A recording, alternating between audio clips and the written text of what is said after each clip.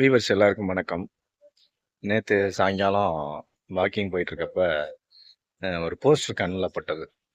அதை பார்த்துட்டு ரொம்ப மனசு கஷ்டமா இருந்தது.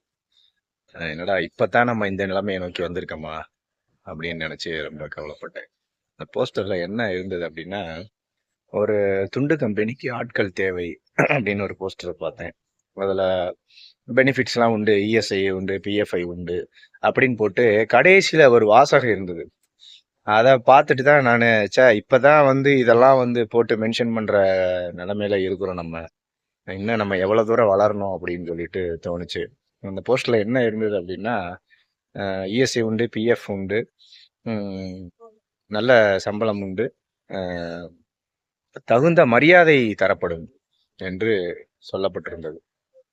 அதாவது நம்முடைய தேசத்துல, அதாவது உடல் உழைப்பை நம்பி இருக்கக்கூடிய தொழில்கள் செய்யக்கூடிய தொழிலாளர்களை மதிக்கக்கூடிய போக்கு அவ்வளவா இல்ல. உடல் உழைப்பு தொழிலாளர்களை மதிக்கணும் அப்படிங்கிற ஒரு விஷயத்த இப்பதான் நம்ம தொடங்கியிருக்கோமோ அப்படிங்கிற ஒரு சந்தேகம் வந்தது. ஏற்கனவே மதிச்சிட்டு இருக்கிறாங்க. கஷ்டப்பட்டு உழைக்கக்கூடிய மக்களை மதிக்கக்கூடியவர்கள் இருக்கிறார்கள். ஆனால் இப்பதான் அது மெல்ல மெல்ல விழிப்புணர்வு பெற தொடங்கி இருக்கிறது.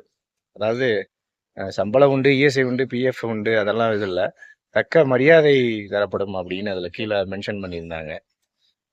உடல் உழைப்பை தங்களுக்கு தங்களுடைய உடல் உழைப்பை தங்களுடைய தொழிற்சாலைகளுக்கு கொடுத்து வேர்வை சிந்தி உழைக்கக்கூடிய அந்த மக்களுக்கு இப்பதான் வந்து மதிப்பே கொடுக்கப்படும்னு போஸ்டர்ல அடிச்சு விட்டுறாங்கன்னா, இதுக்கு முன்னாடி அவங்க எந்த நிலைமையில இருந்திருப்பாங்க அப்படின்னு சிந்திச்சு பார்க்க வேண்டியிருக்குது.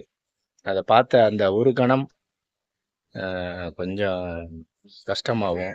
அதே நேரத்துல நம்ம எப்படி இன்னும் எவ்வளவு தூரம் வளரணும் அப்படிங்கிறத பத்தி